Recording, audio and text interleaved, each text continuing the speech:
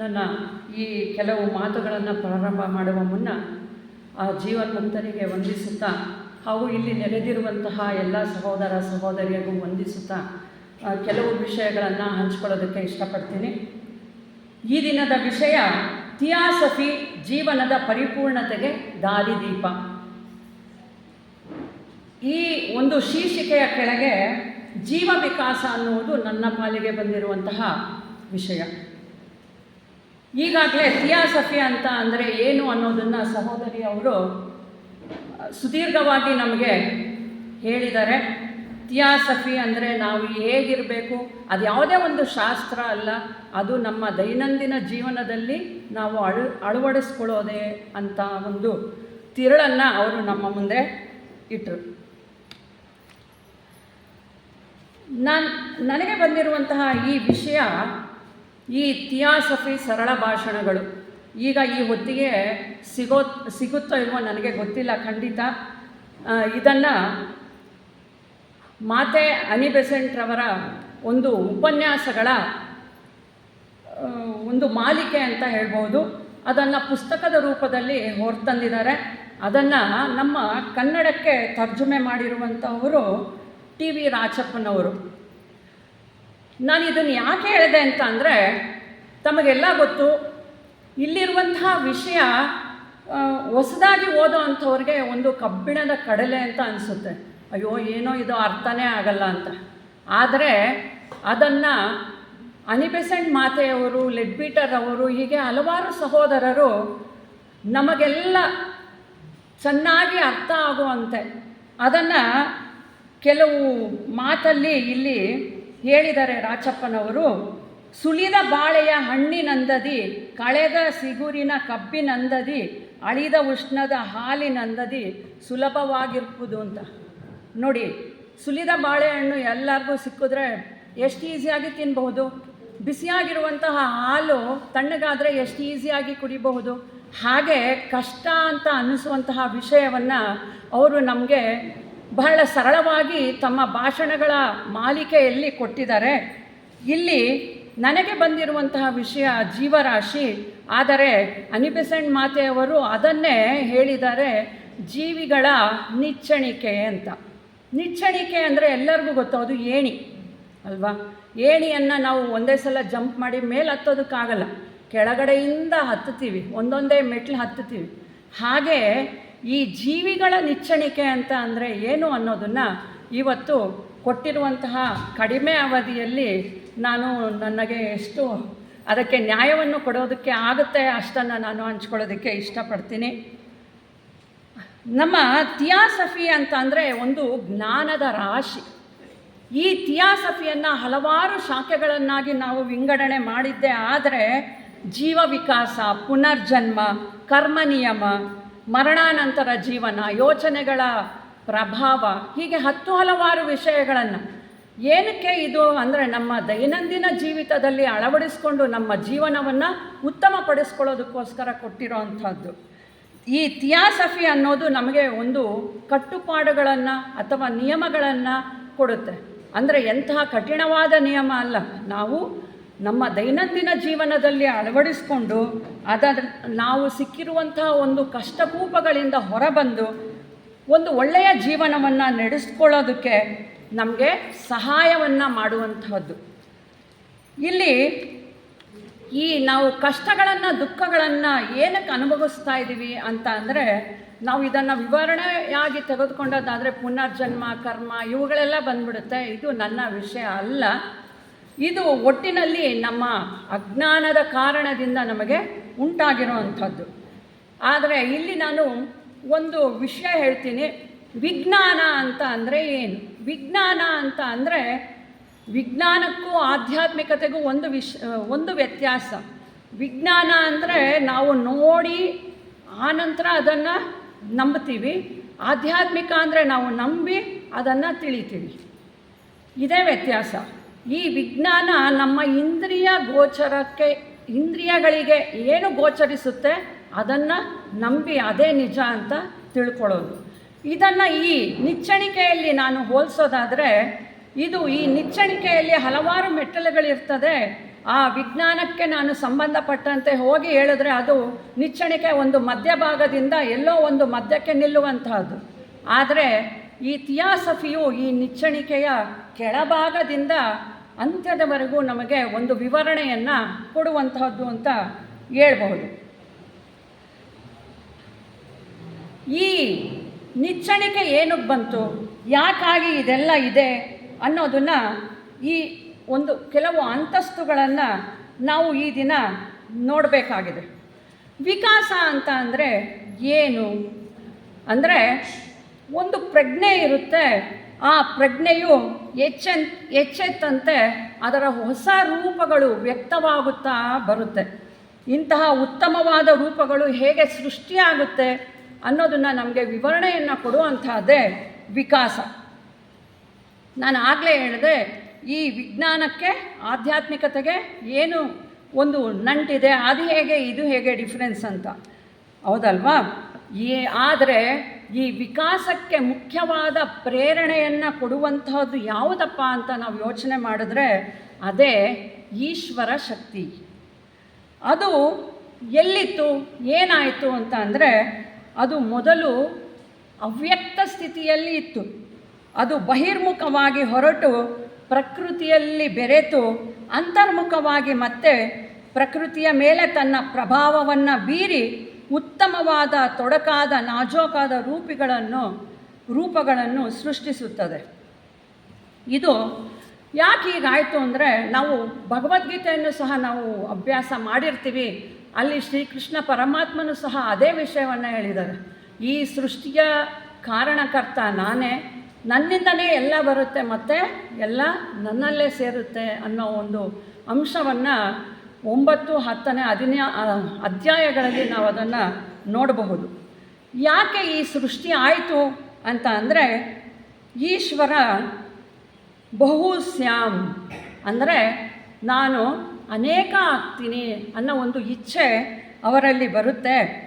ಆ ಇಚ್ಛೆಯಿಂದ ಅವರು ಅವ್ಯಕ್ತವಾಗಿರುವಂಥವರು ವ್ಯಕ್ತ ಸ್ಥಿತಿಗೆ ಬರೋದಕ್ಕೆ ಒಂದು ಪ್ರಯತ್ನ ಅಂತ ಅಂದರೆ ತಪ್ಪದು, ವ್ಯಕ್ತ ಸ್ಥಿತಿಗೆ ಬರ್ತಾರೆ.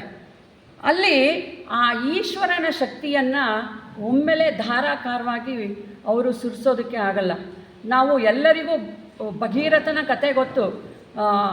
ಆ ಭಗೀರಥ ಕಷ್ಟಪಟ್ಟು ಗಂಗೆಯನ್ನು ತರಬೇಕಾದ್ರೆ ಗಂಗೆ ಹೇಳ್ತಾಳೆ, ನಾನು ಬಂದುಬಿಡ್ತೀನಿ, ಅದನ್ನು ತಡ್ಕೋಬೇಕು, ಆದ್ದರಿಂದ ಅಲ್ಲಿ ಏನೋ ಒಂದು ಆಬ್ಸ್ಟಕಲ್ ಇರಬೇಕು, ಅಡ್ಡಿ ಇರಬೇಕಲ್ಲಿ ಅಂತ ಅಂದಾಗ ಶಿವನನ್ನು ಪ್ರಾರ್ಥನೆ ಮಾಡ್ತಾರಲ್ಲ, ಹಾಗೆ ಇಲ್ಲಿ ಸಹ ಈಶ್ವರನ ಶಕ್ತಿಯು 3 ಶಾಖೆಗಳಾಗಿ 3 ತರಂಗಗಳ ರೂಪದಲ್ಲಿ ಹರಿದು ಬರುತ್ತೆ. ಈ ತರಂಗಗಳೇ ಸೃಷ್ಟಿಯ 3 ತರಂಗಗಳು. ಈ ಚಿತ್ರವನ್ನು ತಾವೆಲ್ಲ ನೋಡಿರ್ತೀರ, ನಮ್ಮ ಲೈಬ್ರರಿಯಲ್ಲೂ ಸಹ ಅದನ್ನು ಹಾಕಿದ್ದಾರೆ ಕಂಬಗಳ ಮೇಲೆ. ದಯವಿಟ್ಟು ಅಲ್ಲಿ ಹೋದಾಗ ಎಲ್ಲರೂ ಅದು ಏನು ಅನ್ನೋದನ್ನು ನೋಡಬೇಕು ಅಂತ ಕೇಳ್ಕೊಳ್ತೀನಿ. ಇಲ್ಲಿ 3 ಆ ಸೃಷ್ಟಿಯ ತರಂಗಗಳು ಹೇಗಿದೆ, ಮೊದಲನೇದೇನು, ಎರಡನೇದೇನು, ಮೂರನೇದೇನು ಬಹಳ ಡೀಟೇಲ್ ಆಗಿ ಕೊಟ್ಟಿದ್ದಾರೆ. ನಾನದು ಇವತ್ತು ತಮಗೆಲ್ಲ ತೋರಿಸ್ಬೇಕು ಅಂತ ಅಂದುಕೊಂಡೆ, ಆದರೆ ಆಗಲಿಲ್ಲ, ಕಾರಣಾಂತರವಾಗಿ ಕ್ಷಮಿಸಬೇಕು. ಈ ಸೃಷ್ಟಿ ಪ್ರಾರಂಭ ಆಗೋದಕ್ಕಿಂತ ಮುಂಚೆ ಇಲ್ಲಿ ಏನಿತ್ತು ಅಂದರೆ ಏನೂ ಇರಲಿಲ್ಲ, ಎಲ್ಲ ಖಾಲಿಯಾಗಿತ್ತು, ಶೂನ್ಯವಾಗಿತ್ತು. ಈ ಪ್ರಕೃತಿ ಅನ್ನೋದೇನಿದೆ ಅದು ಜಡವಾಗಿತ್ತು. ಯಾವುದೇ ಒಂದು ಚಲನೆ ಆಗಲಿ ಭಾವನೆಗಳಾಗಲಿ ಅಲ್ಲಿ ಏನೂ ಇರಲಿಲ್ಲ. ಹೀಗೆ ಇದ್ದಾಗ ಈ ಪ್ರಕೃತಿಯಲ್ಲಿ ಆಗಲೇ ಹೇಳ್ದಂಗೆ ಈಶ್ವರನು ತನ್ನ ಸ್ವಇಚ್ಛೆಯಿಂದ ನಾನು ಪ್ರಕಟವಾಗಬೇಕು ಅಂತ ಯಾವಾಗ ಅನಿಸಿ ತನ್ನ ಪ್ರವಾಹವನ್ನು ಶಕ್ತಿಯನ್ನು ಹರಿದು ಬಿಡ್ತಾರೆ, ಅಲ್ಲಿ ತಾನಾಗಿದ್ದ ಮೂಲ ಪ್ರಕೃತಿಯನ್ನು ಪಕ್ಕಕ್ಕೆ ಸರಿಸಿ ಅವರು ಅಲ್ಲಲ್ಲಿ ಗುಳ್ಳೆಗಳ ರೂಪದಲ್ಲಿ ಅಂದರೆ ಅಲ್ಲಲ್ಲಿ ನೆಲೆಸ್ತಾರೆ. ಇಷ್ಟು ಒಂದು ಪೀಠಿಕೆಯನ್ನು ಅವರು ಮಾಡಿದಂಥ ಸಂದರ್ಭದಲ್ಲಿ ಅಲ್ಲಿ ಏನಾಗುತ್ತೆ ಹಾಗಾದರೆ ಅಂತ ಅಂದರೆ, ಆಗ ಸೃಷ್ಟಿಯ ಪ್ರಾರಂಭ ಆಗುತ್ತೆ. ಆ ಈಶ್ವರನು ತನ್ನ 3ನೆಯ ಮುಖದಿಂದ ಅಂದರೆ ಬ್ರಹ್ಮಶಕ್ತಿಯಾಗಿ ಮೊದಲನೆಯ ಶಕ್ತಿಯ ತರಂಗವನ್ನು ಹರಿದು ಬಿಡ್ತಾರೆ. ನಾನು ಹೇಳಿದ್ದ ಅರ್ಥ ಆಯಿತು ಅಂದ್ಕೊತೀನಿ. ಈಶ್ವರನ ಮೂರನೆಯ ಮುಖದಿಂದ ಮೊದಲನೆಯ ತರಂಗವು ಹೊರಗೆ ಬಂತು, ಆಯಿತಾ. ಆವಾಗ ಏನಾಯಿತು ಅಂದರೆ ಅಲ್ಲಿ ಆಗಲೇ ಗುಳ್ಳೆಗಳ ರೂಪದಲ್ಲಿ ಆ ಶಕ್ತಿ ಇತ್ತು. ಅದನ್ನು ಸೇರಿಸಿಕೊಂಡು ಪರಮಾಣುಗಳು, ಲೋಕಗಳು ಸೃಷ್ಟಿಯಾದವು. 7 ಲೋಕಗಳು ಸೃಷ್ಟಿಯಾದವು. 7 49 49 ಇಲ್ಲಿ ನಾವು ಮ್ಯಾಥ್ಸಲ್ಲಿ ಹೇಳ್ತೀವಿ 49 to the power of 1 power of 2 3 ಹಾಗೆ ಅಂತ. ಇಲ್ಲಿ ಹೀಗೆ 7 ಲೋಕಗಳ ಸೃಷ್ಟಿಯಾಯಿತು. ಈ 7 ಲೋಕಗಳು ಅಂದರೆ ಅದನ್ನು ಡೀಟೇಲ್ ಆಗಿ ಖಂಡಿತ ಹೇಳೋದಕ್ಕಾಗಲ್ಲ. ಹಲವಾರು ಪುಂಜಗಳು, ನಕ್ಷತ್ರ ಪುಂಜಗಳು, ನಾವು ಗ್ರಹಮಾಲೆಗಳು ಎಲ್ಲ ನೋಡ್ತೀವಲ್ಲ, ಅದೆಲ್ಲ ಸೃಷ್ಟಿಯಾಯಿತು. ಹೀಗೆ ಬ್ರಹ್ಮನು ತನ್ನ ಸೃಷ್ಟಿ ಕಾರ್ಯವನ್ನು ಮಾಡಿದ. ನಂತರ ಏನಾಯಿತು ಅಂತ ಅಂದರೆ ಈಶ್ವರನ ಎರಡನೆಯ ಮುಖದಿಂದ ಅಂದರೆ ವಿಷ್ಣುವಿನ ಒಂದು ಶಕ್ತಿ ಹರಿದು ಬಂತು. ಈ ವಿಷ್ಣು ಶಕ್ತಿ ಹರಿದು ಬಂದು ಏನು ಮಾಡ್ತು, ಆಲ್ರೆಡಿ ಬ್ರಹ್ಮ ಒಂದು ಅಲ್ಲಿ ವಸ್ತುಗಳನ್ನು ಇಟ್ಟಿದ್ದ, ಪರಮಾಣುಗಳನ್ನು ಇಟ್ಟಿದ್ದ. ಆ ಪರಮಾಣುಗಳಿಗೆಲ್ಲ ತಾನು ಹರಿದು ಬರಬೇಕಾದ್ರೆ ಶಕ್ತಿಯನ್ನು ಕೊಡ್ತಾ ಬಂದರು. ಏನು ಆ ಶಕ್ತಿ ಅಂತ ಅಂದರೆ, ನಾನು ಒಂದು ಉದಾಹರಣೆಯನ್ನು ಹೇಳ್ತೀನಿ. ಈ ಸ್ಥೂಲ ಲೋಕದವರೆಗೂ ಆ ಬ್ರಹ್ಮನ ಶಕ್ತಿ ಮೊದಲನೆಯ ತರಂಗ ಮೇಲಿಂದ ಕೆಳಕ್ಕೆ 7 ಲೋಕಗಳಲ್ಲಿ ಹರಿದು ಬಂತು. ಹಲವಾರು ಪರಮಾಣುಗಳಾಯಿತು. ನಾವು ಎಲಿಮೆಂಟ್ಸ್ ಅಂತ ಏನು ಹೇಳ್ತೀವಿ, ಎಷ್ಟು ಎಲಿಮೆಂಟ್ಸ್ ಇದೆ ಅದೆಲ್ಲ ನಮಗೆಲ್ಲ ಗೊತ್ತು. ಆ ಪರಮಾಣುಗಳೆಲ್ಲ ಆಗಿತ್ತು. ಈ ಶಕ್ತಿ ಬಂದಾಗ ಎಲ್ಲದರಲ್ಲೂ ಪ್ರಚೋದನೆಗೆ ತಕ್ಕ ಪ್ರತಿಕ್ರಿಯೆಯನ್ನು ಕೊಡುವಂತಹ ಒಂದು ಶಕ್ತಿ ಬಂತು. ಆ ಶಕ್ತಿ ಬಂದಾಗ ಏನಾಯಿತು, ಒಂದು ಉದಾಹರಣೆ ಇಲ್ಲಿ ಜಲಜನಕ, ಆಮ್ಲಜನಕ 2 ಬೇರೆ ಬೇರೆಯ ವಾಯುರೂಪಗಳು, ಆ ಪರಮಾಣುಗಳಿತ್ತು. ಈ ಶಕ್ತಿಯ ಒಂದು ಸಂಪರ್ಕದಿಂದ 2 ಮಿಕ್ಸ್ ಆಗಿ ಏನಾಯಿತು, ನೀರಾಯಿತು, H2O. ಎಲ್ಲರಿಗೂ ಗೊತ್ತು. ಮುಂಚೆ ಹೈಡ್ರೋಜನ್ನೇ ಬೇರೆ ಇತ್ತು, ಜಲಜನಕನೇ ಬೇರೆ ಇತ್ತು, ಆಮ್ಲಜನಕನೇ ಬೇರೆ ಇತ್ತು. ಈ ಶಕ್ತಿಯ ಸಂಪರ್ಕದಿಂದ ನೀರಾಯಿತು. ಅಂದರೆ ಇದನ್ನು ಯಾಕೆ ಹೇಳ್ತಾ ಇದ್ದೀನಿ ಅಂದರೆ, ಹೀಗೆ ಒಂದು ಸಂಯೋಗವು ಪ್ರಕೃತಿಯಲ್ಲಿ ಏರ್ಪಾಡಾಗುತ್ತಾ ಬಂತು. ಒಂದು ಲೋಕದಲ್ಲಲ್ಲ, ಒಂದು ಹಂತದಲ್ಲಲ್ಲ, ಪ್ರತಿಯೊಂದು ಹಂತದಲ್ಲೂ ಹಂತ ಹಂತವಾಗಿ ಈ ಸಂಯೋಗ ಕ್ರಿಯೆ ನಡೆಯಿತು. ಅಂದರೆ ಇದನ್ನು ನಮ್ಮ ಥಿಯಾಸಫಿ ವಾಂಗ್ಮಯದಲ್ಲಿ ನಾವು ಹೇಳಬೇಕಂದ್ರೆ, ಪ್ರತಿಯೊಂದು ಅಣುವಿಗೂ ಹೊರಗಿನಿಂದ ಬರುವ ತಾಡನಗಳನ್ನು ಸ್ವೀಕರಿಸಿ ಅದಕ್ಕೆ ತಕ್ಕದಾದ ಉತ್ತರವನ್ನು ಕೊಡುವಂತಹ ಒಂದು ಸ್ಥಿತಿ ಬಂತು. ಆಗ ಖನಿಜಗಳು, ಸಸ್ಯಗಳು, ಅದಕ್ಕಿಂತ ಮುಂಚೆ 3 ಭೂತವರ್ಗಗಳು, ಪ್ರಾಣಿಗಳು, ಕೊನೆಗೆ ಮನುಷ್ಯನ ರೂಪವೂ ಸಹ ಉತ್ಪತ್ತಿ ಆಯಿತು. ಈ ಚೈತನ್ಯ ಅನ್ನೋದೇನಿದೆ ಅದು ಆದಿ, ಅನುಪಾದಕ, ಆತ್ಮ, ಬುದ್ಧಿಲೋಕಗಳನ್ನು ದಾಟಿ ಮನೋಲೋಕಕ್ಕೆ ಬಂದಾಗ ತಮಗೆಲ್ಲ ಗೊತ್ತು 7 ಲೋಕಗಳಿದೆ ಅಲ್ಲ, ಮೇಲಿನ 4 ಲೋಕಗಳನ್ನು ಅದು ದಾಟಿ ಮನೋಲೋಕಕ್ಕೆ ಬಂದಾಗ ಅಲ್ಲಿ ಯೋಚನೆಗಳು, ಅಂದರೆ ಆ ಮನೋಲೋಕದಲ್ಲಿ ಅರೂಪ ಮತ್ತು ರೂಪಲೋಕಗಳಿದೆ.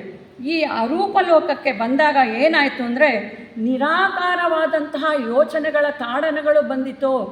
ಆಗ ನಮ್ಮಲ್ಲಿ ಪ್ರೇಮ, ಅನುಕಂಪ, ಕರುಣೆ ಇಂತಹ ಒಳ್ಳೆಯ ಯೋಚನೆಗಳು ಉತ್ಪತ್ತಿಯಾಯಿತು. ಹಾಗೆ ರೂಪಲೋಕದಲ್ಲಿ ರೂಪಸಹಿತವಾದಂತಹ ಯೋಚನೆಗಳು ಸಹ ಅಲ್ಲಿ ಉತ್ಪತ್ತಿ ಆಯಿತು. ಅಲ್ಲಿಂದ ಮುಂದೆ ಆ ಶಕ್ತಿಯು 1ನೆಯ ಮತ್ತು 2ನೆಯ ಭೂತವರ್ಗವನ್ನು ಅರೂಪ ಮನೋಲೋಕದಲ್ಲಿ, ರೂಪ ಮನೋಲೋಕದಲ್ಲಿ 2 ಭೂತವರ್ಗಗಳನ್ನು ಸೃಷ್ಟಿ ಮಾಡಿತು. ಅಷ್ಟೇ ಅಲ್ಲ, ಅದು ಇನ್ನೂ ಕೆಳಕ್ಕೆ ಇಳಿದು ಕಾಮಲೋಕವನ್ನು ಪ್ರವೇಶಿಸುತ್ತೆ, ಅಂದರೆ ಆಶಾಲೋಕವನ್ನು ಅದು ಸೇರುತ್ತೆ. ಆಗ ರಾಗಭಾವಗಳು ಸಹ ಉತ್ಪತ್ತಿ ಆಯಿತು. ಈ ನೋಡಿ, ನಾವು ಅಂದ್ಕೋತೀವಿ ರಾಗಭಾವ ಆಗಲಿ, ಮಾಯೆ ಇವೆಲ್ಲ ಎಷ್ಟು ಕೆಟ್ಟದು ಅಂತ. ನನ್ನ ಪ್ರಕಾರ ಖಂಡಿತ ಕೆಟ್ಟದಲ್ಲ. ಯಾಕೆ ಅಂತ ಅಂದರೆ ನಾವು ಅವುಗಳ ಮೂಲಕ ಅನುಭವವನ್ನು ಪಡೆಯಬೇಕಾಗಿದೆ. ಒಂದಾಗಿದ್ದಂತಹ ಚೈತನ್ಯ ಭಾಗವಾಗಿ ಭಾಗವಾಗಿ ಭಾಗವಾಗಿ ಅದು ಸ್ಥೂಲ ಲೋಕಕ್ಕೆ ಬರುವ ವೇಳೆಗೆ ಇನ್ನೇನು ಭಾಗ ಆಗೋದಕ್ಕೆ ಸಾಧ್ಯ ಇಲ್ಲ ಅನ್ನುವಷ್ಟು ಭಾಗ ಆಗೋಗ್ಬಿಡ್ತು. ಆಗ ಅದು ಎಲ್ಲರಿಗೂ ಗೊತ್ತು ಒಂದಿರುತ್ತೆ, ಅದನ್ನು ಭಾಗ ಮಾಡ್ತಾ ಮಾಡ್ತಾ ಹೋದರೆ ಆ ಶಕ್ತಿಯಿಂದ ಬಂದಿರುತ್ತೆ, ಅದು ಬೀಜ ರೂಪದಲ್ಲಿ ಇರುತ್ತೆ. ಆದರೆ ಆ ಬೀಜ ರೂಪಕ್ಕೆ ಒಳ್ಳೆಯ ಪರಿಸರಗಳನ್ನು, ತಕ್ಕ ಪರಿಸರಗಳನ್ನು ಕೊಟ್ಟಾಗ ಅದು ಮತ್ತೆ ಮರವಾಗಿ ಮೇಲೋಗುತ್ತೆ.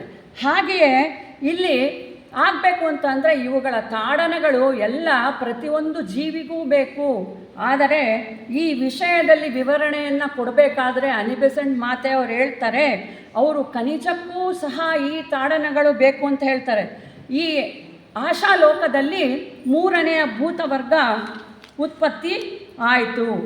ನಂತರ ಅವು ಎಲ್ಲ ರೂಪಗಳನ್ನು, ಅಂದರೆ ನಾನು ಆಗಲೇ ಹೇಳಿದೆ ಖನಿಜ, ಸಸ್ಯ, ಪ್ರಾಣಿ ಎಲ್ಲ ರೂಪಗಳನ್ನು ಸೃಷ್ಟಿ ಮಾಡ್ತು.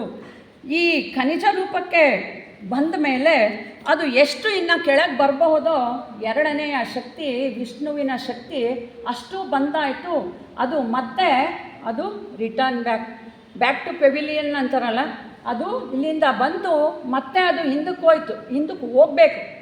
ಆದರೂ ಅದು ಸ್ವಲ್ಪ ಮೇಲೆ ಬಂದು ಅನಂತರ ಅದು ಅಂತರ್ಮುಖವಾಗುವುದಕ್ಕೆ ಪ್ರಾರಂಭ ಆಗುತ್ತೆ.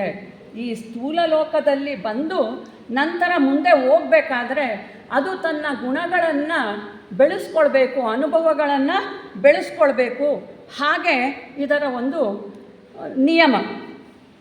ಈ ಚೈತನ್ಯವು ಈ ರೂಪಗಳನ್ನು ಬಿಟ್ಟು ಹೊರಗೆ ಬಂದಾಗ ಅದು ನಾಶ ಆಗುತ್ತೆ. ಅಂದರೆ ಇಲ್ಲಿವರೆಗೂ ಬರೀ ಸೃಷ್ಟಿಯೇ ಆಯಿತು. ಹೇಗೆ ಅದು ಇಳಿತಾ ಬಂತು, ಅದು ಸೃಷ್ಟಿ ಒಂದು ಅರ್ಥದಲ್ಲಿ. ಬ್ರಹ್ಮ ಆಲ್ರೆಡಿ ಮಾಡಿದರು, ಅದನ್ನು ವಿಷ್ಣು ಅವರು ಶಕ್ತಿಯಿಂದ ತುಂಬಿದ್ರು. ಹೀಗೆ ಮಾಡಿದಾಗ ಈ ಚೈತನ್ಯವು ವಿಕಾಸ ಆಗೋದಕ್ಕೆ ಅಲ್ಲಿ ಒಂದು ರೂಪ ಏರ್ಪಾಡಾಗುತ್ತೆ. ಇಲ್ಲಿ ಈ ಹಂತದಲ್ಲಿ ಸಾವು ಅನ್ನುವ ಒಂದು ಪದ ಇಲ್ಲಿ ನಾನು ಹೇಳಬೇಕಾಗುತ್ತೆ. ಅಂದರೆ ನಾವೆಲ್ಲ ಅನ್ಕೋತೀವಿ, ಅಥವಾ ನಾವು ನಮ್ಮ ದಿನನಿತ್ಯದ ಜೀವನದಲ್ಲಿ ನಾವು ಇದನ್ನು ಅನುಭವವನ್ನು ಪಟ್ಟಿರ್ತೀವಿ. ಅಂದರೆ ಚಿಕ್ಕ ಮಕ್ಕಳಾಗಿ ನಾವು ಬೆಳೆಯೋವರೆಗೆ ಎಲ್ಲ ಕಲಿಬೇಕು, ಇದೇನು ಅದು ಏನು ಅಂತಹ ಮನೋಭಾವ ಇರುತ್ತೆ. ನಮಗೆ ಎಷ್ಟಿದೆಯೋ ಇಲ್ವೋ ಗೊತ್ತಿಲ್ಲ, ನಮ್ಮ ಮಕ್ಕಳನ್ನು ಮೊಮ್ಮಕ್ಕಳನ್ನು ನೋಡಿದಾಗ ಅವರಲ್ಲಿ ಅದು ಇನ್ನೂ ಹೆಚ್ಚಿಗೆ ಇದೆ ಅಂತ ಅನ್ನೋದು ಖಂಡಿತ ನಮಗೆ ಭಾಸ ಆಗುತ್ತೆ. ಆ ಒಂದು ತೃಷೆ ಬೆಳೀತಾ ಬರುತ್ತೆ. ಆ ತೃಷೆಯೇ ವಿಕಾಸಕ್ಕೆ ಒಂದು ಮೂಲ ಅನ್ನುವ ಮಾತನ್ನು ಸಹ ಇಲ್ಲಿ ಮಾತೆಯವರು ಹೇಳ್ತಾ ಇದ್ದಾರೆ. ಈ ವಿಕಾಸವು ಆಗಬೇಕಾದ್ರೆ, ಅದು ಮೇಲೆ ಹೋಗಬೇಕಾದ್ರೆ ಏನಾಗುತ್ತೆ ಅಂತ ಅಂದರೆ, ಇಲ್ಲಿ ಒಂದು ಎಕ್ಸಾಂಪಲ್ ಕೊಡ್ತೀನಿ ನಾನು. ಈ ಮನೆಯನ್ನು ನಾನು ಕಟ್ಟಬೇಕು ಅಂತ ಅಂದ್ಕೋತೀನಿ. ಮನೆಯನ್ನು ಕಟ್ಟಬೇಕಾದ್ರೆ ಒಂದೇ ಸಲ ಮನೆ ಬಂತು ಅಂದರೆ ಅದೇನು ಬರೋಲ್ಲ, ಅದು ಮ್ಯಾಜಿಕ್ ಅಲ್ಲ. ಅದು ಫಸ್ಟು ನಾವೇನು ಮಾಡ್ತೀವಿ, ಇಟ್ಟಿಗೆ, ಜಲ್ಲಿ, ಕಲ್ಲು, ಸಿಮೆಂಟು, ಮರಳು, ಹೀಗೆ ಹಲವಾರು ವಸ್ತುಗಳನ್ನು ತೊಗೊಂಡು ಬಂದಿರ್ತೀವಿ. ಅದೆಲ್ಲ ತಂದರೆ ಮನೆ ಆಗೋದಿಲ್ಲ. ಆಮೇಲೆ ನಾವು ಕಟ್ಟೋ ಅಂಥವ್ರನ್ನ ಕರೆಸಿ ಅದನ್ನು ನಮಗೆ ಬೇಕಾದಂತಹ ಒಂದು ಪ್ಲ್ಯಾನ್ ಕೊಡ್ತೀವಿ. ಆ ಪ್ಲಾನಿನ ಪ್ರಕಾರ ಅವರು ಅದನ್ನು ಕಟ್ಟಿಕೊಡ್ತಾರೆ. ಕಟ್ಟಿದ್ರೆ ಮುಗಿಯಲ್ಲ. ಆಗ ಅದರಲ್ಲಿ ನಾವು ಹೋಗಿ ಅದರಲ್ಲಿ ವಾಸ ಮಾಡಿ, ಆ ವಾಸ ಮಾಡಬೇಕಾದ್ರೆ ನಮ್ಮ ಒಂದು ವಿಕಾಸವು ಅಥವಾ ನಮ್ಮ ಯೋಜನೆಗಳು ಕಾರ್ಯರೂಪಕ್ಕೂ ಸಹ ಅಲ್ಲಿ ಬರುತ್ತೆ. ಇದು ಯಾಕೆ ಹೇಳಿದೆ ಅಂತ ಅಂದರೆ, ಈ ಸೃಷ್ಟಿ ಕಾರ್ಯದಲ್ಲೂ ಸಹ ಇದೇ ನಡೀತಾ ಇದೆ ನೋಡಿ. ಮೊದಲು ಬ್ರಹ್ಮಶಕ್ತಿಯು ಬಂದಿತು, ಅದು ಸೃಷ್ಟಿಗೆ ನಂತರದ ಒಂದು ಸ್ಥಿತಿಗೆ ಕಾರಣವಾದಂತಹ ವಸ್ತುಗಳನ್ನು ಅದು ಸೃಷ್ಟಿ ಮಾಡಿಹೋಯ್ತು. ವಿಷ್ಣು ಶಕ್ತಿ ಬಂತು, ಅದು ರೂಪಗಳನ್ನು ತಂದು ಕೊಡ್ತು. ಹಲವಾರು ರೂಪಗಳು ಹಲವಾರು ಹಂತಗಳಲ್ಲಿ ತಂತು. ಏನಕ್ಕಾಗಿ ತಂತು? ಆ ಮನೆಯಲ್ಲಿ ಒಂದು ಜೀವಿಯು ಬಂದು ವಾಸ ಮಾಡಿ ತನ್ನ ಅಭಿವೃದ್ಧಿಯನ್ನು ಪಡೋದಕ್ಕೆ ಆ ಮನೆಯನ್ನು ಕಟ್ಟು ಮುಂಚೆನೆ ಅದಕ್ಕೆ ಗೊತ್ತಿತ್ತು. ಹಾಗೆ ಮನೆಯ ಯಾವುದು ಸ್ಥಿತಿಗೆ ಬಂತು, ಅಲ್ಲಿ 3ನೆಯ ಶಕ್ತಿ ಪ್ರವಾಹ ಆಗುತ್ತದೆ. ಅದೇ ಶಿವಶಕ್ತಿ, 3ನೆಯ ಶಕ್ತಿ. ಈ ಕಡೆಯಿಂದ ಇಲ್ಲಿ ತೋರಿಸಿದ್ದಾರೆ. ಇಲ್ಲಿ ಶಿವಶಕ್ತಿ ಹಂತ ಹಂತವಾಗಿ ಬರುತ್ತೆ. ಬಂದು ಅದು ಸಹ ಈ ಮನೆಗಳು ಆಲ್ರೆಡಿ ಏನು ಅಂದರೆ, ಮನೆ ಅಂದರೆ ಇಲ್ಲಿ ರೂಪಗಳು ಏನಿದೆ ಅದನ್ನೇ ನಾವು ಪ್ರಜ್ಞಾನಾಂಶ ಅಂತ ಕರಿತೀವಿ. ಅಂದರೆ ಪ್ರಜ್ಞೆ ಅಂದರೆ ಚೈತನ್ಯ. ಆ ಚೈತನ್ಯದ ಅಂಶವು ಬಂದು ಅಲ್ಲಿ ನೆಲೆಯಾಗುತ್ತೆ. ಆದರೆ ಅದನ್ನು ನಾವು ಈ ಕೆಳಗಿನ 3 ಲೋಕಗಳಲ್ಲಿ ಅದನ್ನು ಜೀವಾತ್ಮ ಎಂದು ಕರಿತೀವಿ. ಆ ಜೀವಾತ್ಮನು ಹಾಗೆ ಸೃಷ್ಟಿಯಾದಂತಹ ಒಂದು ಪಿಂಡದಲ್ಲಿ ಬಂದು ಅದೇನಾಗುತ್ತೆ, ನೆಲೆಯಾಗುತ್ತೆ. ಅಲ್ಲಿಂದ ತನ್ನ ಅಭಿವೃದ್ಧಿಯನ್ನು, ವಿಕಾಸವನ್ನು ಹೊಂದುತ್ತದೆ. ಇಲ್ಲಿ ಅವರು ಒಂದು ಎಕ್ಸಾಂಪಲ್ ಬಹಳ ಚೆನ್ನಾಗಿ ಕೊಟ್ಟಿದ್ದಾರೆ. ಏನಂದರೆ, ಒಂದು ತಾಯಿಯ ಗರ್ಭದಲ್ಲಿ ಒಂದು ಬೀಜ ರೂಪವಾಗಿ ಬಂದಂತಹ ಒಂದು ಶಕ್ತಿ ಕೆಲವೇ ದಿನಗಳಲ್ಲಿ ಬಹುಬೇಗ ಬೆಳೆಯುತ್ತೆ. ಬಹುಬೇಗ ಬೆಳೀಬೇಕಾದ್ರೆ ಅವರು ಕೆಲವಾರು ಉದಾಹರಣೆಗಳನ್ನು ಕೊಟ್ಟಿದ್ದಾರೆ. ಪಕ್ಷಿ, ಹಾಗೆ ಸಸ್ಯ, ಅಥವಾ ಇನ್ನೇನು ಹೇಳ್ಬೋದು, ಒಂದು ಮೀನಾದಮೇಲೆ ಒಂದು ಸರೀಸೃಪ ಅಂದರೆ ಮ್ಯಾಮಲ್ಸ್ ಆಗ್ಬೋದು, ಆಮೇಲೆ ಮನುಷ್ಯ, ಈ ರೀತಿಯಾದಂತಹ ರೂಪಗಳನ್ನು ತಗೊಂಡು ಅವ್ರು ಹೇಳಿದ್ದಾರೆ. ಒಂದು ಮನುಷ್ಯನು ಆ ರೂಪವನ್ನು ಪಡೆಯಬೇಕಾದ್ರೆ ಆ ತಾಯಿಯ ಗರ್ಭದಲ್ಲೇ ಇಂತಹ ಎಲ್ಲ ಒಂದು ಸ್ಥಿತಿಗಳೇನಿದೆ ಅದನ್ನು ದಾಟಿ ನಂತರ ಆತ ಮನುಷ್ಯನಾಗಿ ಬರ್ತಾನೆ ಅಂತ. ಈ ಮನುಷ್ಯನಾಗಿ ಬಂದ ನಂತರ ತಕ್ಕ ಕಾಲದಲ್ಲಿ ಹೊರಗಡೆ ಬರ್ತಾನೆ.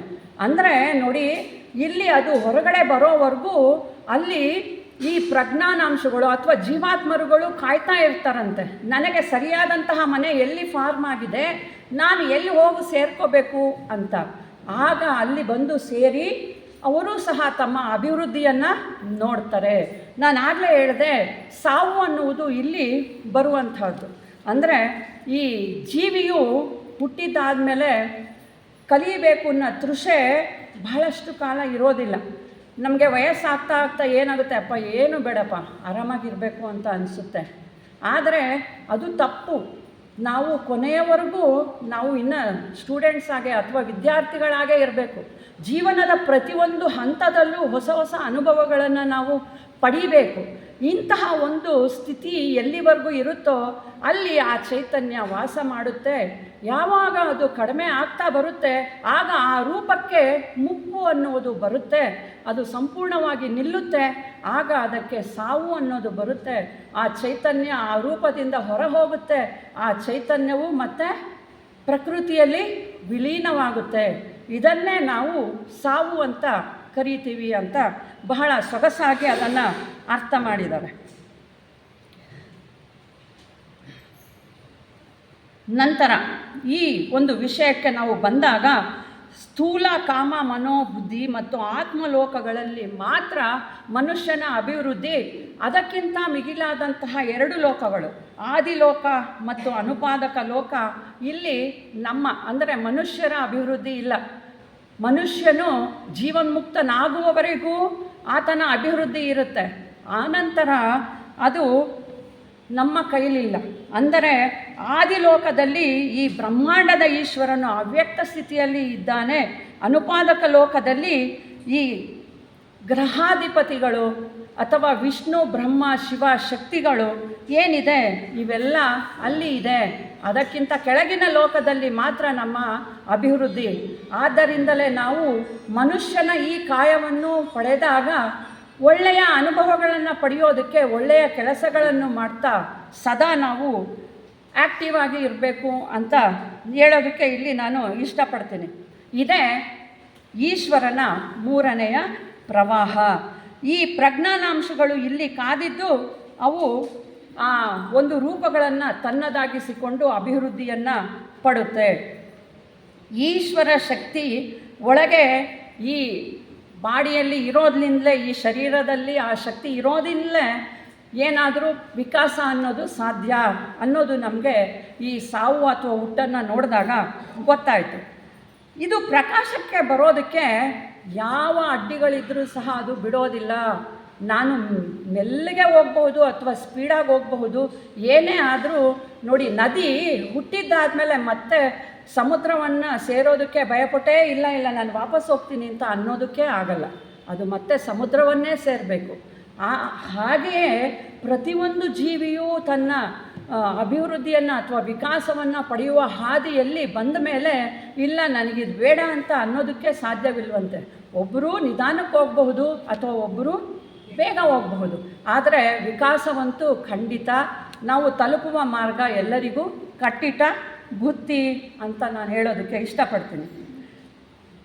ಹಾಗೆಯೇ ಮುಂದೆ ಈ ಖನಿಜಗಳಲ್ಲಿ, ಸಸ್ಯಗಳಲ್ಲಿ ಹೇಗೆ ವಿಕಾಸ ಆಗುತ್ತೆ ಅನ್ನೋದನ್ನು ನಾನು ಕೆಲವು ಮಾತುಗಳಲ್ಲಿ ಹೇಳ್ತೀನಿ, ಯಾಕೆಂದರೆ ಆಗಲೇ ಟೈಮ್ ಆಗೋಗ್ತಾ ಇದೆ. ಈ ಖನಿಜ ವರ್ಗಗಳಲ್ಲಿ ನೋಡಿ, ನಮಗೆ ಖನಿಜಗಳು ಅಂದರೆ ಗೊತ್ತು, ಈ ಚಿನ್ನ ಆಗಿರಬಹುದು, ಸ್ಟೀಲ್ ಆಗಿರಬಹುದು, ಕಬ್ಬಿಣ ಆಗಿರಬಹುದು, ಕಲ್ಲಾಗಿರಬಹುದು. ಅದು ಜಡತ್ವದಲ್ಲಿ ಇದೆ, ಚೈತನ್ಯ ಇದೆ, ಜಡತ್ವದಲ್ಲಿ ಇದೆ. ನಮ್ಮ ಥಿಯಾಸಫಿಯ ಒಂದು ಇಂಪಾರ್ಟೆನ್ಸ್ ಇಲ್ಲಿ ಗೊತ್ತಾಗುತ್ತೆ ನನಗೆ. ಏನಪ್ಪ ಅಂದರೆ, ನಾವು ಬಹಳ ಚೆನ್ನಾಗಿ ಸೈಂಟಿಸ್ಟ್ ಹೇಳ್ತಾರೆ living beings, non living beings, ಅಂದರೆ ಜೀವ ಇರೋದು, ಜೀವ ಇಲ್ದಲೇ ಇರೋದು ಅಂತ. ಆದರೆ ನಮ್ಮ ಥಿಯಾಸಫಿಯ ಪ್ರಕಾರ ಪ್ರತಿಯೊಂದಕ್ಕೂ ಜೀವ ಇದೆ ಅನ್ನೋದು ಈ ಸಿದ್ಧಾಂತದಿಂದ ಬಹಳ ಚೆನ್ನಾಗಿ ಗೊತ್ತಾಗುತ್ತೆ. ಈ ಖನಿಜ ವರ್ಗ ಹೇಗೆ ಅಭಿವೃದ್ಧಿಯನ್ನು ಹೊಂದುತ್ತೆ ಅಂದರೆ, ಇಲ್ಲಿ ಆ ಸುಪ್ತಾವಸ್ಥೆಯಲ್ಲಿ ಮಲಗಿರುತ್ತೆ, ಅದು ಎಚ್ಚರಿಕೆ ಆಗಬೇಕಾದ್ರೆ ಬಲವಾದಂತಹ ಹೊಡೆತಗಳನ್ನು ಭಗವಂತ ಕೊಡ್ತಾನೆ. ಹೇಗೆ ಅಂದರೆ, ಭೂಕಂಪಗಳಾಗಬಹುದು. ಒಮ್ಮೆ ಭೂಕಂಪ ಆದರೆ ಹಲವಾರು ಬದಲಾವಣೆಗಳನ್ನು ನಾವು ನೋಡಬಹುದು. ಒಮ್ಮೆ ಅಗ್ನಿಪರ್ವತವು ಬರ್ಸ್ಟ್ ಆದರೆ ಹೇಗೆ ಒಳಗಿರುವಂತಹ ಅದಿರುಗಳು ಅದು ಕೆಂಡವಾಗಿ ಅದು ರಸವಾಗಿ ಹರಿಯುತ್ತೆ, ಅಂದರೆ ಅಷ್ಟು ಕಠಿಣವಾದಂತಹ ಖನಿಜಗಳು ಸಹ ಕರಗುತ್ತೆ. ಹೀಗೆ ಸಮುದ್ರವನ್ನು ನೋಡಿದಾಗ ಅಲ್ಲಿಯೇ ಬಲವಾಗಿ ಬೀಸುವಂತಹ ಅಲೆಗಳನ್ನು ನಾವು ನೋಡ್ಬೋದು. ಆ ಅಲೆಗಳು ಒಳಗಡೆ ಇರುವಂತಹ ಚೈತನ್ಯವನ್ನು ಹೊಡೆದು ಎಬ್ಬಿಸುತ್ತದೆ. ಹಾಗೆ ನಾನು ಇಲ್ಲಿ ಒಂದು ಎಕ್ಸಾಂಪಲ್ ಹೇಳ್ಬಿಡ್ತೀನಿ. ಅಯಸ್ಕಾಂತ ಯಾರಿಗೆ ಗೊತ್ತಿಲ್ಲ, ಎಲ್ಲರಿಗೂ ಗೊತ್ತು. ಈ ಅಯಸ್ಕಾಂತ ಅನ್ನೋದು ಕೆಲವು ವಸ್ತುಗಳನ್ನು ಆಕರ್ಷಿಸುತ್ತೆ, ಕೆಲವನ್ನು ಅದು ವಿರೋಧಿಸುತ್ತೆ. ಈ ಒಂದು ಗುಣ ಏನಿದೆ, ಮುಂದೆ ಮನುಷ್ಯನಾದಾಗ ಈ ಗುಣಗಳೇ, ಖನಿಜ ವರ್ಗದಲ್ಲಿರುವ ಈ ಗುಣಗಳು ಮನುಷ್ಯನಲ್ಲಿ ರಾಗ ಭಾವಗಳಾಗಿ ಮುಂದುವರಿಯುತ್ತೆ ಅಂತ ಹೇಳಿದ್ದಾರೆ. ಹೀಗೆ ಹೇಳಬೇಕಾದ್ರೆ ಮುಂದಕ್ಕೆ ಟೈಮ್ ಆಗೋಗ್ತಾ ಇದೆ. ಸಸ್ಯಗಳ ವರ್ಗಕ್ಕೆ ಬಂದರೆ, ಈ ಸಸ್ಯ ಅನ್ನೋದು ಏನು ಮಾಡುತ್ತೆ ಅಂತ ಅಂದರೆ, ಇಲ್ಲಿರುವಂತಹ ಶಕ್ತಿ ಖನಿಜ ವರ್ಗಕ್ಕಿಂತ ಸ್ವಲ್ಪ ಮುಂದುವರೆದಿರೋ ಅಂಥದ್ದು. ಅದರಲ್ಲಿ ಸ್ವಲ್ಪ ಕೋಮಲತೆ ಇರುತ್ತೆ, ಆಗಲೇ ಅಷ್ಟೊಂದು ಕಠಿಣವಾಗಿರೋದಿಲ್ಲ. ನೋಡಿ ಇಲ್ಲಿ ಯಾವ ರೀತಿ ಅಭಿವೃದ್ಧಿ ಆಗುತ್ತೆ ಅಂತ ಅಂದರೆ, ಈ ಹುಲ್ಲು ಅಥವಾ ಚಿಕ್ಕ ಚಿಕ್ಕ ಗಿಡಗಳನ್ನು ನೋಡಿದಾಗ ಸಮೂಹಾತ್ಮಗಳು ಅಂತ ಬರುತ್ತೆ. ಇಲ್ಲಿ ಇದನ್ನು ಸಹ ನಾನು ಹೇಳಲ್ಲ, ಟೈಮ್ ಇಲ್ಲ. ಅದು ಹಲವಾರು ಕೋಟಿ ಒಂದು ಚಿಕ್ಕ ಸಸ್ಯಗಳು ಸೇರಿ ಒಂದು ಆತ್ಮ, ಹೀಗೆ ಸಮೂಹಾತ್ಮ, ಏಕಾತ್ಮ, ಹೀಗೆ ಬಗೆಯಾಗಿ ಬರುತ್ತೆ. ಇಲ್ಲಿ ದೊಡ್ಡ ಮರಗಳನ್ನು ನಾನು ತಗೊಂಡು ಒಂದು ಮಾತಲ್ಲಿ ಮುಗಿಸ್ತೀನಿ. ಆ ದೊಡ್ಡ ಮರಗಳು ಹಲವಾರು ವರ್ಷ, 100 ವರ್ಷ ಬದುಕ್ತಾರೆ. ಅಲ್ಲಿ ನೋಡಿ, ಅದು ಆ ಋತುಚಕ್ರಗಳು ಏನಿದೆ, ಬೇಸಿಗೆ, ಮಳೆ, ಚಳಿ, ಈ ಎಲ್ಲ ಕಾಲಗಳಲ್ಲಿ ಆಗುವಂತಹ ಬದಲಾವಣೆಗಳನ್ನು ಅದು ಮುಂಚೆಯೇ ಎಕ್ಸ್ಪೆಕ್ಟ್ ಮಾಡ್ತಾ ಬರುತ್ತಂತೆ. ಈಗ ಇದಾಯಿತು, ಈಗ ಇದು ಬೇಸಿಗೆ, ವಸಂತದಲ್ಲಿ ಚಿಗುರಿ ಬೇಸಿಗೆಯಲ್ಲಿ ಬೆಳೆದು, ಹಾಗೆ ಮಳೆಗಾಲದಲ್ಲಿ ಬಲಿತು, ಚಳಿಗಾಲದಲ್ಲಿ ಅದೆಲ್ಲ ಏನಾಗುತ್ತೆ, ಉದುರೋಗುತ್ತೆ. ಹೀಗೆ ಅಲ್ಲಿ ಸಹ ಇದು ಪರಿವರ್ತನೆ ಆಗ್ತಾ ಅಂತಹ ತಾಡನಗಳಿಗೆ ಹೆದರಿಸುವಂತಹ ಶಕ್ತಿಯನ್ನು ಸಸ್ಯಗಳು ಪಡೆದು, ಮುಂದೆ ಅದು ಪ್ರಾಣಿಗಳ ಒಂದು ಗುಂಪಿಗೆ ಬಂದಾಗ ಅದು ಉನ್ನತವಾದಂತಹ ಪ್ರಾಣಿಗಳಾಗಿ ಬರೋದಕ್ಕೆ ಸಾಧ್ಯ ಅನ್ನುವ ಮಾತನ್ನು ಅನಿ ಬೆಸೆಂಟ್ ಮಾತೆಯವರು ಇಲ್ಲಿ ಹೇಳಿದ್ದಾರೆ. ಹಾಗೆ ಪ್ರಾಣಿಗಳಲ್ಲಿ ಬಂದಾಗ ಈ ಮೀನು ಅಥವಾ ಯಾವುದಾದ್ರೂ ಕೆಲವು ಪ್ರಾಣಿಗಳನ್ನು, ಈ ಹುಲಿ ಆಗ್ಬೋದು, ಇವೆಲ್ಲ ಚಿರತೆ, ಇವೆಲ್ಲ ಒಂದು ಬೆಕ್ಕಿನ ಕುಟುಂಬಕ್ಕೆ ಸೇರಿದಂಥದ್ದು ಅಂತ ಹೇಳ್ತಾರೆ. ಇಲ್ಲಿ ಏನು ಕ್ರೂರಿಯಾಗಿದೆ, ಬೆಕ್ಕಾದಾಗ ಏನಾಗುತ್ತೆ, ಅದು ಆ ಕ್ರೂರತ್ವ ಹೊರಟೋಗುತ್ತೆ. ಹಾಗೆಯೇ ನರಿ, ಗುಳ್ಳೆ ನರಿ, ಹಲವಾರು ಸ್ಪೀಸಿಸ್ ಇದೆ, ಅವೆಲ್ಲ ಮತ್ತೆ ನಾಯಿ ಆಗುತ್ತೆ. ಕತ್ತೆ, ಕಿರುಬ, ಆಮೇಲೆ ಝೀಬ್ರಾ, ಇವೆಲ್ಲ ಏನಾಗುತ್ತೆ, ಕುದುರೆ ಆಗುತ್ತೆ. ಈ ರೀತಿ ಇಲ್ಲಿ ಸಹ ಎವಲ್ಯೂಷನ್ ಆಗುತ್ತೆ. ಅವೆಲ್ಲ ಏನು ಮಾಡುತ್ತೆ, ಮನುಷ್ಯನ ಸಂಪರ್ಕಕ್ಕೆ ಬರುತ್ತೆ, ತನ್ನ ಸ್ವಭಾವವನ್ನು ನಾಜೂಕಾಗಿ ಮಾಡ್ಕೊಳ್ತಾ ಬರುತ್ತೆ. ಇದರ ಅರ್ಥ ಏನು, ಅಲ್ಲಿ ಸಹ ಎವಲ್ಯೂಷನ್ ಆಯಿತು, ವಿಕಾಸ ಆಯಿತು. ನಂತರದ ಜನ್ಮಗಳಲ್ಲಿ ಮನುಷ್ಯನ ಜನ್ಮ ಎತ್ತೋದಕ್ಕೆ ಇದು ಬಹಳ ಸಹಕಾರಿ ಆಯಿತು. ಈ ಮನುಷ್ಯನ ಹಂತಗಳಲ್ಲೂ ಬಹಳಷ್ಟು ಇದೆ. ಮನಸ್ಸು ಅನ್ನೋದನ್ನು 4 ಬಗೆಯಾಗಿ ವಿಂಗಡಣೆ ಮಾಡಿದ್ದಾರೆ. ನಾವು ಸಾಧನ ಚತುಷ್ಟಯವನ್ನು ನೋಡಿದಾಗ ಅದು ಗೊತ್ತಾಗುತ್ತೆ, ಯಾವ ರೀತಿ ಎಂತಹ ಮನುಷ್ಯರಿದ್ದಾರೆ, ಏನು ಅದರಲ್ಲಿ ಪ್ರಭೇದಗಳೇನು ಅನ್ನೋದು ಇಲ್ಲಿ ನಾನು ಹೇಳೋದಕ್ಕೆ ಇಷ್ಟಪಡೋದಿಲ್ಲ. ಹೀಗೆ ಈ ಚೈತನ್ಯ ಜೀವಿಗಳ ನಿಚ್ಚಳಿಕೆ ಅನ್ನೋದು ಬಹಳ ಎತ್ತರವಾಗಿದೆ. ನಾವು ಮನುಷ್ಯರು ಸಹ ಅಲ್ಲಿ ಎಲ್ಲೋ ಒಂದು ಮಧ್ಯದಲ್ಲಿ ನಿಂತಿದ್ದೀವಿ. ನಾವು ಕೆಳಗಂತೂ ಇಳಿಯೋದಿಲ್ಲ, ಮತ್ತು ನಾವು ಮೇಲೆ ಹೋಗ್ತೀವಿ. ಇಲ್ಲಿ ಒಂದು ಮಾತನ್ನು ನಾನು ಹೇಳ್ತೀನಿ, ಕೆಲವರಲ್ಲಿ ನಂಬಿಕೆ ಇರುತ್ತೆ, ನಾನೇನಾದರೂ ಕೆಟ್ಟದ್ದು ಮಾಡಿಬಿಟ್ರೆ ಮತ್ತೆ ಹಲ್ಲಿ ಆಗ್ಬಿಡ್ತೀನಿ, ಕತ್ತೆ ಆಗ್ಬಿಡ್ತೀನಿ. ನಥಿಂಗ್. ಯಾರು ಹಲ್ಲಿನೂ ಆಗಲ್ಲ, ಕತ್ತೆನೂ ಆಗಲ್ಲ. ಈ ಒಂದು ವಿಕಸನದ ಒಂದು ಚಿತ್ರವನ್ನು ನೋಡಿದಾಗ ಆಲ್ರೆಡಿ ಮನುಷ್ಯ ಆಗಿರೋನು ಉತ್ತಮವಾದ ಮನುಷ್ಯನಾಗೋದೇ ಇಲ್ಲಿ ನಿರ್ಧಾರ. ನಾವು ಇನ್ನು ಮುಂದೆ ಹೋಗ್ತೀವೇ ಹೊರತು ಹಿಂದೆ ಅಂತೂ ಬರೋದಕ್ಕೆ ಸಾಧ್ಯ ಇಲ್ಲ ಅನ್ನೋದನ್ನು ಕಟ್ಟಖಂಡಿತವಾಗಿ ನಾನು ಹೇಳಬಲ್ಲೆ. ಇಲ್ಲಿ ಆಲ್ಬರ್ಟ್ ಐನ್ಸ್ಟೈನ್ ಅವರು ಒಂದು ಎಕ್ಸಾಂಪಲ್ ಕೊಟ್ಟಿದ್ದಾರೆ ಇದು ವಿಕಾಸಕ್ಕೆ. ಏನಂದರೆ, ಸೈಕಲ್ ಮೇಲೆ ನಿಂತ್ಕೊಂಡಿರುವಂತಹ ಮನುಷ್ಯ, ಆತ ಸೈಕಲ್ ಸ್ಟ್ಯಾಂಡ್ ತೆಗೆದ್ಮೇಲೆ ಹಾಗೆ ಸುಮ್ಮನೆ ನಿಂತ್ಕೊಳ್ಳೋದಕ್ಕಂತೂ ಖಂಡಿತ ಸಾಧ್ಯ ಇಲ್ಲ, ತುಳಿಲೇಬೇಕು. ಅದು ನಿಧಾನ ಆಗ್ಬೋದು, ಸ್ಪೀಡ್ ಆಗಬಹುದು, ಅದೇ ವಿಕಾಸ ಅಂತ ಹೇಳಿದ್ದಾರೆ. ಹಾಗೆ ಸ್ವಾಮಿ ವಿವೇಕಾನಂದರು ಹೇಳಿದ್ದಾರೆ, ವಿಕಸನವೇ ಜೀವನ, ಸಂಕೋಚವೇ ಮರಣ. ಪ್ರೇಮ ಅನ್ನೋದು ವಿಕಾಸ, ಸ್ವಾರ್ಥ ಅನ್ನೋದು ಸಂಕೋಚ. ಆದ್ದರಿಂದ ಪ್ರೇಮವೇ ಬದುಕಿನ ಧರ್ಮ ಅನ್ನೋದನ್ನು ಅವರು ಸಾರಿ ಹೇಳಿದ್ದಾರೆ. ಹಾಗೆಯೇ ಲಾವೋತ್ಸು ಅವರು ಹೇಳಿದ್ದಾರೆ, ನೀವು ಬದಲಾವಣೆಯನ್ನು ವಿರೋಧಿಸದಿದ್ದಾಗ ಪ್ರಕೃತಿ ನಿಮ್ಮೊಂದಿಗಿರುತ್ತೆ, ಆ ಪ್ರಕೃತಿ ನಮಗೆ ಸಹಾಯವನ್ನು ಮಾಡುತ್ತೆ. Never stop learning. The meaning of life is to grow, to learn, to change with time. So keep windows of your mind always open. ಇಷ್ಟನ್ನು ಹೇಳಿ ನನಗೆ ಕೊಟ್ಟಂತಹ ವಿಷಯವನ್ನು ಎಷ್ಟೋ ಅರ್ಥ ಆಯಿತೋ ಗೊತ್ತಿಲ್ಲ. ನನಗೆ ಆದಷ್ಟು ತಮ್ಮ ಮುಂದೆ ಹಂಚ್ಕೊಳ್ಳೋದಕ್ಕೆ ಅವಕಾಶ ಕೊಟ್ಟಂತಹ ಥಿಯಾಸಫಿಕಲ್ ಸೊಸೈಟಿ ಸಿಟಿ ಲಾಡ್ಜ್ನ ಪದಾಧಿಕಾರಿಗಳಿಗೆ ಕೃತಜ್ಞಳಾಗಿರ್ತೀನಿ. ಹಾಗೆ ಅವಕಾಶ ಕೊಟ್ಟಂತಹ ನಿರ್ದೇಶಕರಿಗೂ ಧನ್ಯವಾದಗಳನ್ನು ಹೇಳಿ ನನ್ನ ಮಾತನ್ನು ಮುಗಿಸ್ತೀನಿ.